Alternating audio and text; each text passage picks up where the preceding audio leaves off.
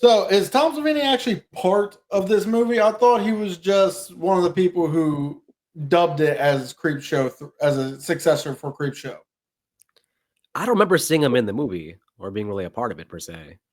Yeah, so Um, he just watched it and dubbed it as Creep Show 3 in his mm, mind.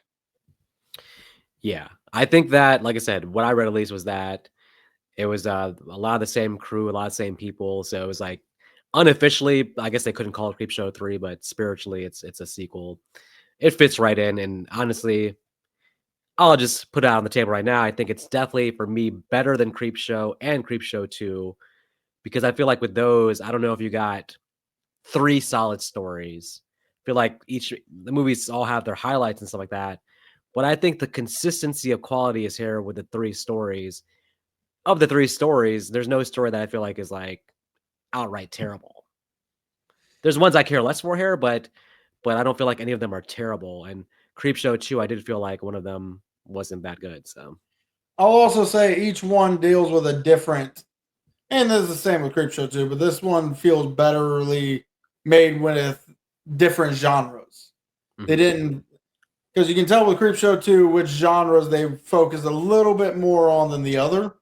Yep. Whereas this one, each story felt like it got the same amount of care. Yeah. That and then it seems like they really up the gore, the blood, the budget seems to be bigger. Um yeah, this show is a lot. There's a lot more and some of the effects do look kind of like Tom Savini-ish, so it wouldn't shock me, but um yeah, so it just seems like they upped the ante basically, a bigger budget. There's more going on here. Bigger actors too. I mean, some of the actors they got here are like really good actors. Like, Steve Buscemi, Jennifer, Julianne Moore, honestly, was a surprise for me because I kept when I was watching the movie, I was sitting there thinking, where have I seen that redhead before? yeah. I'm mad I did not recognize her. Oh man. And then you have Steve Buscemi. I guess this was at a time when they're all young and Christian what's his face? Christian Slater. Christian Slater. Yeah, I guess it's that time in their careers where they're all rising actors, but not quite big stars yet. Of But course, you I also also got yeah. Matthew Lawrence, which, if you decide to leave the Boy Meets World reference in, Matthew Lawrence played Jack Hunter in Boy Meets World. Yeah. Did you ever see the show where he was like with his older brothers? Like or his it was a show about the brothers, his older brother Joey Lawrence and then his younger brother. Brotherly Love, I believe it's called. It was maybe like 2 seasons ish. Nope, never heard of it. It was actually before Boy Meets World, and he went to Boy Meets World after that. Okay. Um, but yeah, I mean, I noticed too, like if you actually go back and watch Tales from the Crypt, there's a lot of famous actors in some of those episodes. So this is kind of in line with that. I guess we might as well talk about this first story then. Feels like a story we've seen a bunch. It reminds me a lot of the Indian sort of mummy story from Creepshow 2, right? It has that sort of Yeah, what was his name? What was it? Chief Woodenhead was that Chief one. This one's called Lot 249. Lot 249. The setup I thought was a little bit not confusing, but at first I really didn't know like what Christian Slater's character, like whose side he was on or like how he's feeling about things. I'm just Um wondering how strong these people are. Because obviously the people who brought the sarcophagus, and the sarcophaguses are made out of pure stone. mm, Okay. That would be heavy as shit. And you got two guys carrying up these stairs like it was made out of plastic. Plus, at some point, someone had lifted up the sarcophagus and put it on its feet. Okay. yeah, that'd have been tough. If Steve Buscemi is that damn strong that he can pick up a stone sarcophagus by himself, he did not need this mummy to do what he did. Well, look, I don't want to judge a book by its cover, but I just don't think Steve Buscemi is that strong. From what I'm seeing, he looks closer to being like a skeleton than he does someone who's strong. So So then Christian Slater must be that strong. Then it must have been Andy who picked it up. I mean, someone had it, to have picked up the sarcophagus and put it on its feet.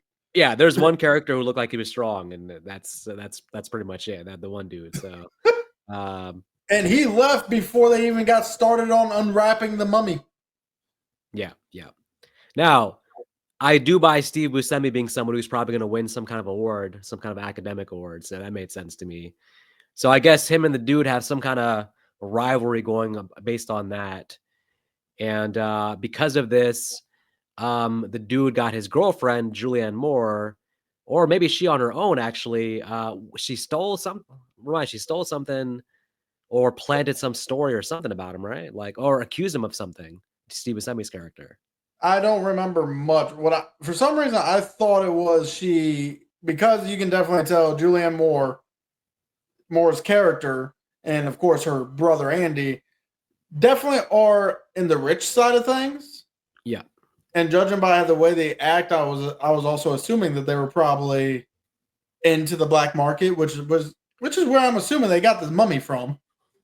Yeah. Because if I remember correctly, I could have sworn she said she was the one that that bought the mummy for him.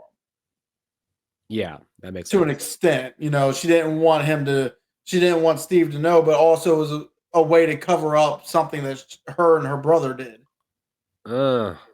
Interesting. I could be wrong for one major reason. Unlike you, I did not rewatch this movie this week. I didn't want to re-rent it. Yeah. I did just watch it, but I kind of skimmed over that part of it, unfortunately. All right, maybe we'll just sidestep that then. It's a very quick, like, throwaway line because it's still a 30-minute short. We still need to get to the meat of the story, and that is damn Edward summoning the mummy to get his revenge on, in a sense, I'm guessing, his emotional bullies. Yeah. This mummy means serious business, and he's gonna take out both the dude and Julianne Moore. Mm-hmm. Julianne Moore's sort of death scene was actually, again, pretty graphic. Like, It was, but I think Lee's would have been the more brutal because he would have felt the mummy dig into his nasal cavity to go into his brain and start pulling it out. Now, I will say, I don't think the brain's going to come out as a whole. Yeah. Because when they found the brain, it was whole. I feel like the brain would be in chunks. Yeah. But either way, the mummy gave this man a lobotomy. An illegal lobotomy. Yeah, the movie gets or I guess the story gets pretty serious here. And then, of course, we have Christian Slater seeming like a smart character, but then actually being an idiot. Like he's cunning. He sets up this whole thing basically to get his way here with Steve Buscemi's character, but apparently he can't differentiate the ancient texts from something completely different. And so I know kind of that Steve said, oh, he can't navigate between this text and that. But I'm thinking, is it possible Steve actually still wrote in hieroglyphs to make it look similar?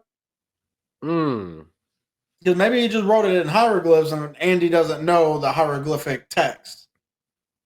But had he planned ahead the idea that maybe I have to have like a fake document in case this happens? So I don't know. It's kind of tricky. I will say, I do think Edward in this is actually the same character Steve Buscemi played in Con Air. Yeah, probably. You know, they said he's this massive murderer. He's a cannibal, I believe they said. He drove cross country with a girl's head. The way they portrayed Edward in this made me think, oh, this man did that. You know, you mess with him, he summons the dead to get you. That's where the cannibalism would have came in at. I could see that. Then just for shits and giggles, wore some woman's head on his head. Did you feel like this ended too abruptly though?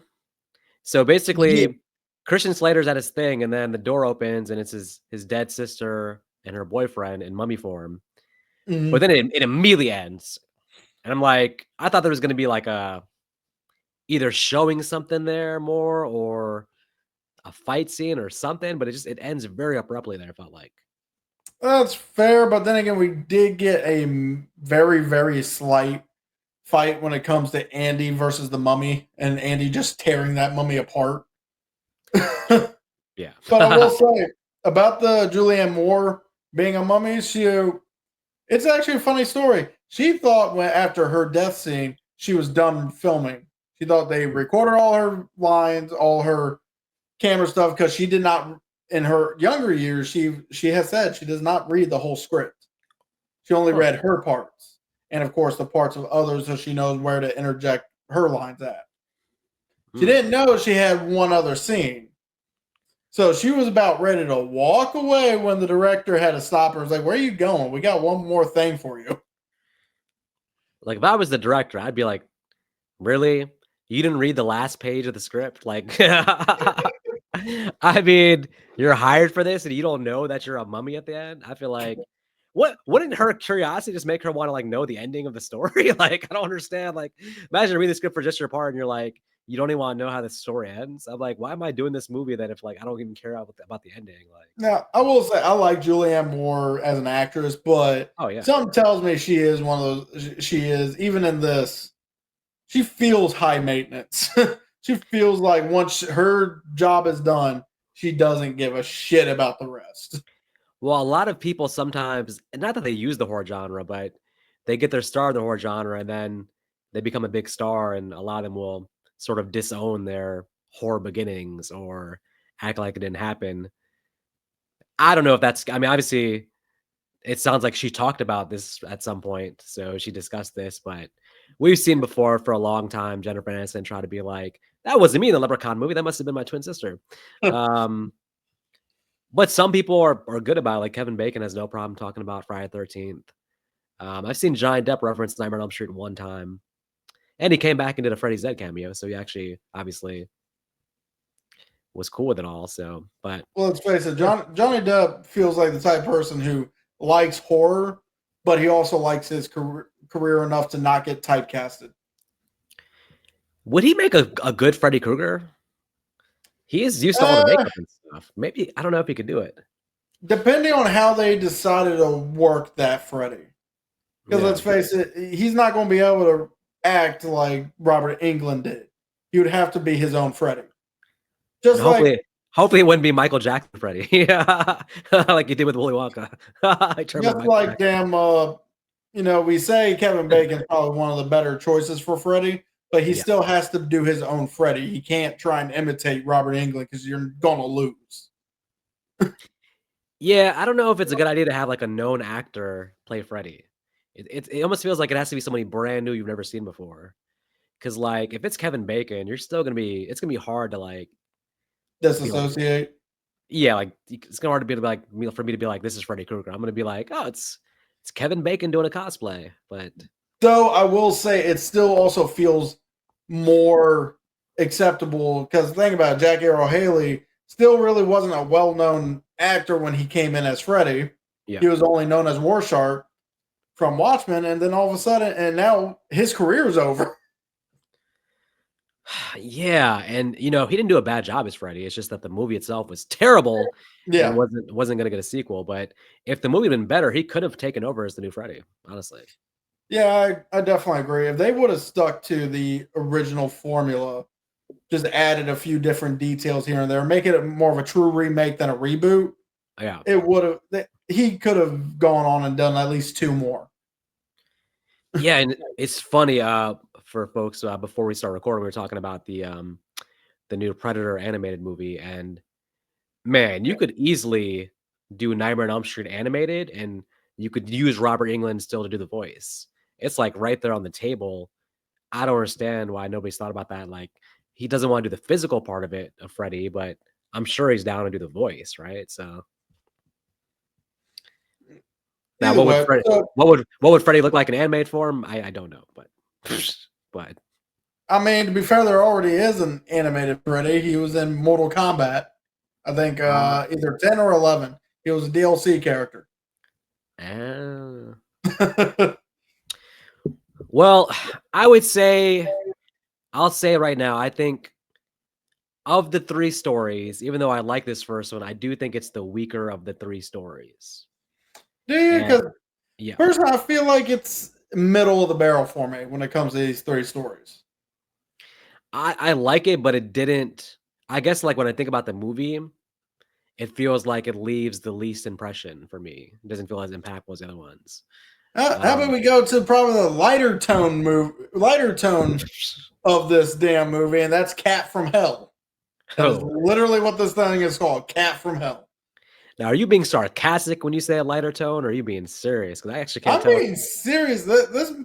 I laughed a lot in this middle section of it because of how ridiculous it was. First of all, let me just say the actor who plays the older gentleman in the wheelchair, he's in a great Tales from the Crypt episode where like he's trying to get with a younger woman, and he basically agrees to have his body exchanged with like a younger person's body, and it all goes wrong. But so I've seen him in like that. So to see him here is actually pretty interesting. I think when I was looking up his IMDb, it said he was also in Tales from the Darkside TV show. Darkside TV show. Yes, thank you. Yeah, that and Creepshow. I think he also did a segment in Creepshow as well. It wouldn't surprise me. I've seen him in a lot of like horror anthology stuff. It feels like, so it's fun to see him here. The guy that plays the hitman, I feel like I've seen him. Have you seen him also? I've seen him in other stuff. I feel like. So when I looked, I didn't really see him in anything that I recognized. Yeah. But his new photo, I think he has the same genetic disease that, or I don't know if it's classified as genetic disease, but I think he has the same thing that Ron Perlman has, because you know how Ron Perlman, his head is, man's massive. Apparently that is some kind of defect, bodily, physical defect, allegedly. Yeah. I think this man has that same type of defect because he has his face reminds me of Ron Perlman's, when it comes to face shape. Mm-hmm. It's just the body looks a little bit more natural. And you see him now, it looks like his jaw's outwards a little bit more. He reminded me of Benicio del Toro. Oh. Anyway. Yeah. Now, I guess what I like about this, before anything else, is just that it could have been just like random evil cat, but they gave a good reason of why this cat would be pissed off. Well, yeah, this guy killed, like, I think he said, 5,000 cats? By the time this cat finally showed up on him? Pharmaceutical family, rich based on the drugs they've created. In the process of that, killing many, many cats. That's a legitimate, good writing reason to, like, have this cat be like, okay, I'm going to terrorize the shit out of this family. So, I just remember, this actually reminds me of an old story from one of the Scary Stories to Tell in the Dark books. I believe it was called Wolf Moon. It was about, a hunter goes out and he's a good wolf hunter. Mm-hmm. And all of a sudden he gets a letter from a random village where people are being killed by wolves.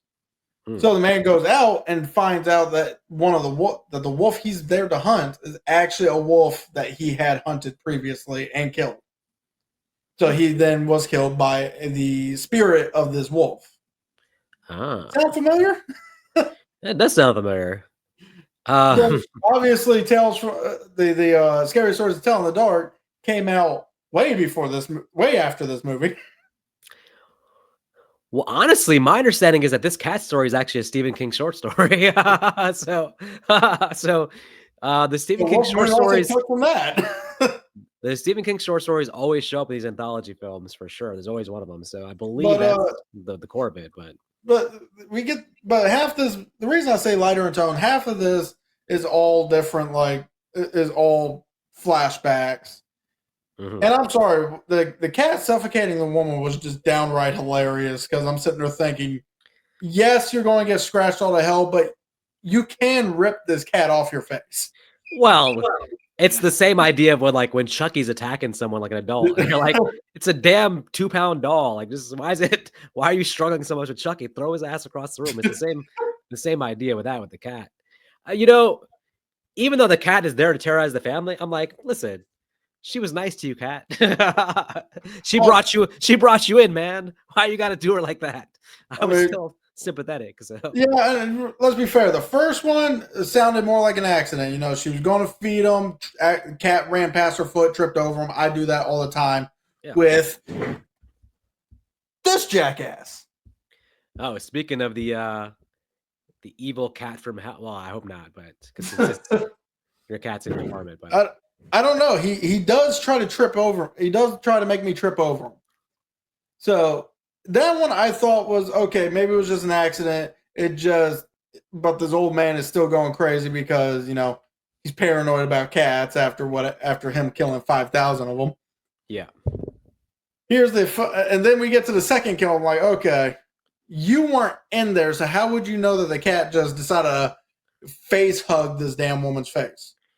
that's what the hitman asked. Basically, the idea of like nobody was there to actually see these death scenes, so why are you assuming it's the cat? But the dude put together, he's like, wait a minute, I did terrorize a bunch of cats. I killed a bunch of cats. It makes sense that this demon cat is here for revenge. So I feel like he kind of puts it together, and he's correct. But my thing is like, I don't know, hiring a hitman to take out a cat. It is kind of a goofy idea. It's like he's like, oh, you've done all these previous jobs for professionals. Now take care of this cat. It is kind of like a weird, silly, like you can't actually imagine a human being actually doing this. Like, oh, I'm gonna call the hitman to come and kill the cat. It is Well, pretty goofy. the weirdest part and yes, the man had the cat in his lap. Yeah. I'm thinking, and yes, he allegedly tried. I don't think he tried all that hard. Though, because he was like, oh, I can kill this cat right now. And all of a sudden the cat gets away. I'm like, you didn't try. You just Yeah. squeezed a little bit, and the cat's like, oh, okay, that's how we're going to play this game. Also, it's kind of one of those things where it's like, we'll skip ahead. We'll talk about more about the middle and stuff, but just skipping ahead with the old man, he obviously leaves for a while, and he's like, when I come back, hopefully the hitman will have taken care of the cat. If I'm the old man, I would call the mansion first and get confirmation that, hey, I've taken care of the cat, and then I would show back up. So I wouldn't just walk in like not knowing what's happened, and then it was bad on his was there part. any power to the mansion? Because I did not see that mansion lit up once, besides a fireplace. That makes me think they didn't have the budget for lighting because this is very dimly lit all throughout. So now, allegedly, the mansion they used was at one point used by Italian diplomats.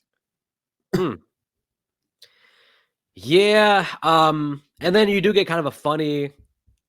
Once the old man leaves, I guess the best part is just it couldn't work for an entire movie, but the sort of, I don't want to call it cat and mouse between the hitman and the cat, but it's just like the hitman realizing slowly, like, this is not an ordinary cat. This is not going to be so easy. Well, the thing is okay, sure. The cat has to be some kind of demon because he had the gun trained on the cat. He had the red dot on the cat, and yet somehow the bullet ended up flying above him. I'm going to chalk that up to Demon Kitty. The part that I don't understand is, so the man was using himself as bait at one point, trying to talk to the cat, trying to entice the cat out. Cat comes out, attacks his balls, and for some reason, and again, the man wanted this. He had I think it was a syringe. Mm-hmm. But instead of stabbing the cat with a syringe, he just screams, ah!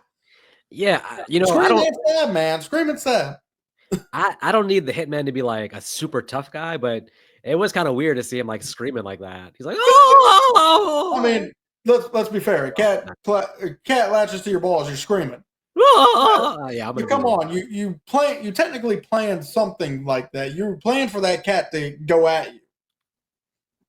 Do something about it. This hitman's overconfidence. He felt like this is probably the easiest job he's ever been hired for. He's like, I'm gonna get paid this amount of money to kill a cat. His overconfidence, I think, was probably his downfall, to be honest. So yeah, and this ending is actually where I start remembering everything about this movie. Because I 100% remember this cat going down the guy's throat and then crawling back out. What a fun visual. Oh, man. You know that saying, cat got your tongue, man. So talk about that'd be uncomfortable to force eat the cat. Well, I'm surprised because honestly, when I was watching this, as I get to this scene, that's when my wife walks in, and she's sitting there. She sees the cat go down the man's throat, and she goes, "Is this cat going to chest burst out of this man?" And that's what for some reason, that's where my memory slightly goes off because I could have sworn the cat does rip out of his throat, but no, the cat just climbs back out of his mouth. I didn't remember the ending. I knew that the old man comes back and something happens, but I didn't realize the cat was going to come out of the dude. But I guess he had to. So, cat choked. Halston choked on Kitty. I guess it was sort of a light entertainment. It's just a fun sort of, the cat's going to end up killing everybody by the end of it. At no point did I think the hitman was going to be successfully taking out the cat. So, and that's why for me this is probably the weakest of the stories because I understand it has to be a little bit lighter because the first story is a pretty dark slasher tale. The next one is going to be a dark lover's tale. Mm-hmm. This one was kind of giving us more, as you mentioned, a lighter tone.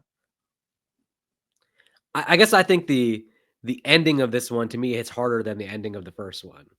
So I think like the ending of this is done well enough. Whereas I guess with the first one, I like the setup, but I didn't love the payoff of the first one. So I guess that's the main thing I would say. I think the ending here is like a little bit more impactful, I feel like. But overall, like I said, I like all three of these stories. So it's that personal preference at that point of which one you like more. Although now the third one we'll get into, of course. I don't know about you. This is definitely my favorite of the three. Same. So fun fact about this for anyone who doesn't like to read up on the backstories of movies. This is actually based off of an old Japanese legend of the Yuki Onna. Yuki Onna. Ah. Pretty much. And let's face it, I've actually heard 3 iterations of this story. This one being one of them, the Yuki Onna being the second, and then there's one I heard out of a Chinese legend about a fox instead of a woman. Okay. But in a sense, it still plays out the same. Man, sort of. This one's more on the horror side. The other 2 are more of the tragic love story sides. But the original one, the Yuki Onna, is a woman that saved a man from freezing to death. He fell in love with her. He starts growing old with her. They have kids together. But then she disappears. And after she disappears, he's left with the kids. He lives in the cabin. The kids eventually grow old and leave. And that's when he finally passes away, he finally finds out that the woman was actually a spirit of a woman who died on that mountain a long time ago. And that's where it becomes more of a tragic love story. The Chinese one is man saves a fox. Fox turns into a woman.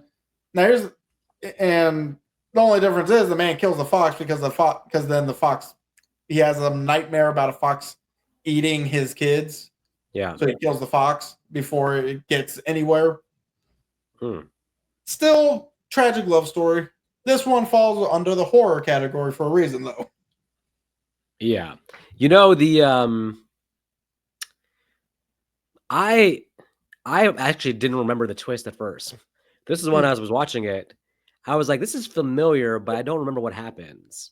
So like, call it stupidity or just, but I didn't actually think that the woman was going to be the gargoyle.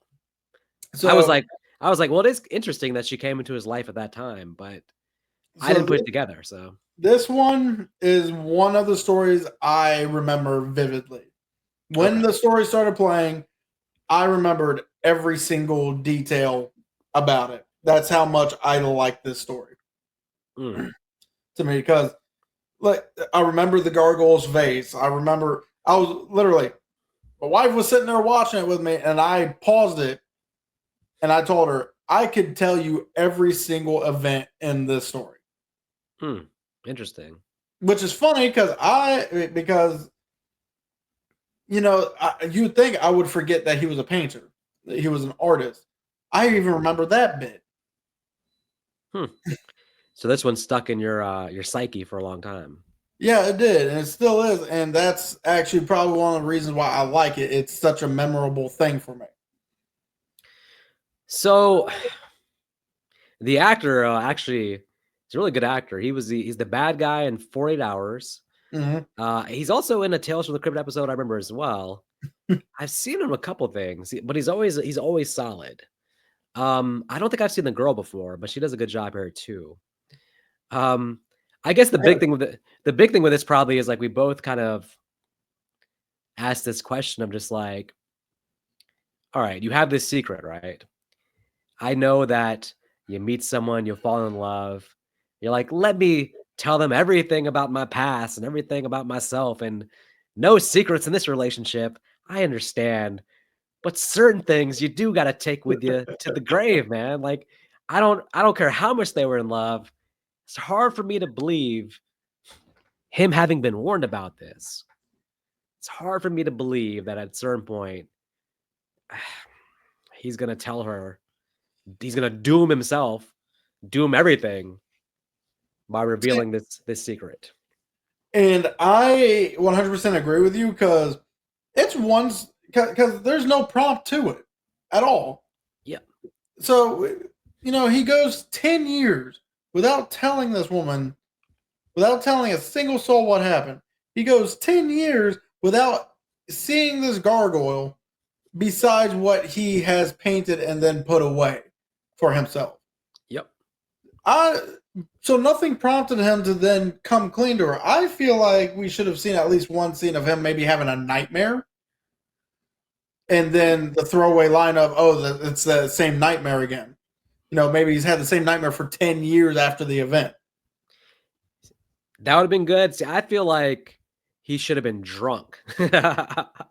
He should have been like on drugs or drunk, and then it's like slips out. Like he's like 10 glasses of wine in or something like that. Something to be like, oh, well, at least he was out of his normal mental state, so you can't really blame him. And maybe the gargoyle would have gave him a pass. But okay, once he reveals that, and then it's revealed, and she's basically like, "You stupid idiot! Why'd you do that?" Um, And she even asked him, "Why did you do that?" it felt like it was out of her control at that point. Like it felt like she didn't actually want to become the gargoyle again, and that also that she no longer had any control of the situation. Because I would feel like if she had control, she'd be like, "Okay, you get one pass this time, but if you ever tell again, gargoyle's coming out." But it felt like there's some curse on her, or something like that, where she has to become the gargoyle now. And I guess I don't know. Yeah. Do you think she had any control at that point, or did she have to be turned into the gargoyle based on that? What happened? So I don't think she had any control because and it's just like you said. It does feel like it has to be a curse because again, 10 years and the small amount we know about this gargoyle is obviously gargoyle is female. Yeah. It turned at the very least it could shapeshift into a female, and it seems to want love, and that's why when everything's said and done, it went to him. But maybe the promise that the lover's vow, as the whole thing is called, Yeah. is what got the gargoyle to be able to transform into probably what this guy saw as a perfect woman. Yeah. Now, because let's face it, the very beginning of this, after he sees the death, he sees the gargoyle, all of a sudden he sees this random woman walking and he pulls her into a doorway. I'm sorry, any woman nowadays would have kicked him in the nuts and ran. Yeah. Yeah. And I guess it hits harder that actually that they had kids and now the kids are monsters too. That's like, man, talk about having a bad day. Your woman turns into this monster, and then to like really just put the knife in, it's like you turn and see your kids are monsters too. Um, I I like the ending, but I thought him just getting killed by the thing was kind of weird. I thought the better thing was to find a way for him to also become one of them. So, Because then they can still be a family together. But I think I think he would have been like, okay, cool. You guys are monsters. Turn me into one too. I mean, like that's a better ending than what we got with him just getting killed. yeah, that's fair. Like, instead of ripping his throat out like that turn when she bit into him, it somehow turned him into a gargoyle, like some kind of gargoyle-y vampire. You could have framed it like basically that because she's grown to care about him in a way that she's like, this is the best I can do is to turn you into a monster. It's that or kill you. So I think that, and then you could have shown them just being a family as like monsters and whatever. But I feel like him just getting killed just kind of felt like, I don't know. That was kind of a anticlimactic. I felt like a little bit. So Yeah, well, let's face it. This story, I feel like, because you've said it before, this one feels like it could have been a full movie on its own. We would have gotten more context, probably would have gotten more horror, because then he probably would have been seeing shit. mm-hmm. We probably would have gotten a little bit more. Maybe the horror would have been like the friend that was not killed, the friend that knows he saw something, so he's constantly trying to get him to talk. Do you feel like if it's a full-length movie, though, do you feel like the twist doesn't actually work then? Because just like it's so much time to figure out, oh, she's probably the monster. Like this moves so quickly here that I feel like, I don't know. It's interesting. They could expand that where like you like show the romance for like a full hour, and then you're like, wait, I know something's coming though with this gargoyle thing. I don't know. It's well done. There's great effects here. Like I said, the makeup, everything looks very good. Practical effects, of course. And yeah, I didn't know what happened at the end, so I was actually shocked to see her turn the gargoyle. I was like, oh shit. So I knew this gargoyle was coming back in the picture like at some point, but I thought the gargoyle was gonna come and like just chase both of them and try to kill her or something like that. But I don't know. We still got one more very small 5-minute story left to tell. Story of Timmy and the witch. So the best anthology films, there's always something called a wraparound story, which is like there's a reason in the movie for someone to be telling these stories. So you usually get something at the beginning, you'll cut back to it in between the stories, and then you'll get hopefully a decent ending to that story. So it is basically a fourth story. And this is one of the better wraparound stories. We got this kid who's basically going to be turned to a shish kebab and be eaten for dinner. The old lady was like, not Uber Eats tonight. I'm just going to cook this kid. And very Hansel and Gretel-ish. Because it even ends like Hansel and Gretel. Yeah. So we're supposed to believe that this kid is like the best damn storyteller off the top of his head of all time, that he's telling these stories. I don't know. I don't know if it makes sense for this kid to be telling these stories. You would think they'd all be like kids. Gave him the book. Oh, yeah. I guess he is reading from the book. You're right. So yeah, she gave him the book that he's reading all the stories from. But these aren't age appropriate stories for the kid, though. That's all I'm saying. Well, I mean, in this situation, do you really think she cares? She's going to eat them. Yeah. Well, and it's a good thing she didn't, because then we would not have Jack Hunter. Yeah, I mean, this ending had to end this way. It had to end with him basically cooking her, turning her into a shish kebab. Yeah, I mean, look, overall, I like it better than Creepshow 2, better than Creepshow 1. I think it's one of the better anthology movies, honestly. You have 3 pretty good stories. Maybe none of them. I mean, I know that the third one is actually really good, but in the first 2, I think are pretty good. But none of them I feel like are terrible, and that's the key thing. There's not one that's like really weak, I feel like. Right, not like The Raft and Creepshow 2. That all set. Which I'm telling you, people love The Raft. Like they like that's like their standout thing for Creepshow 2 is the raft scene. So and you know what? All those people are the weird. No, I mean, I'm not gonna say why, because we're still trying to make a thing here, and then this video will get canceled if I say why. No. Forget about that part. That part obviously is like terrible, but the idea of the raft and like that's a fun horror idea of like the thing. Just watch The Blob. I don't know. After watching The Raft, if I'm in the water and I see something like that, I'm going to be thinking of like, oh, that is probably something sinister. So when are you ever getting in water, sir? If I see something like that in my bathtub coming towards me, I'm exiting the bathtub immediately. The only thing coming at you in your bathtub is Freddy Krueger, okay? That's even worse. All right, folks. Even though this will be edited down to like 40 minutes, We really did spend like an hour and 40. We spent no, but an hour and 10 Really, minutes. we spent about 40 minutes on it. We went on tangents a couple of times. If you guys Star saw Trek, if you my guys fat saw ass. if you guys saw how much of a mess this was from the beginning, you'd be like, "What the hell?" Oh man. Don't worry, Vic will edit it into bloopers anyway. As always, y'all don't have to go home. Y'all do got to go outside, enjoy the rain. Don't have your raincoat on. Just go outside while it's raining and just do this. You'll get a free baptism, okay? Why are you acting like our audience is everybody in Fredericksburg? Wait. Oh, I don't like saying the name of our town. I've already said it once. Nick seems to think that we're broadcasting locally. It's only to our community where it's raining. So I will remind you, sir, we have fans all across the world, viewers and For subscribers. all you know, by the time this comes out, it really will be raining wherever they're at.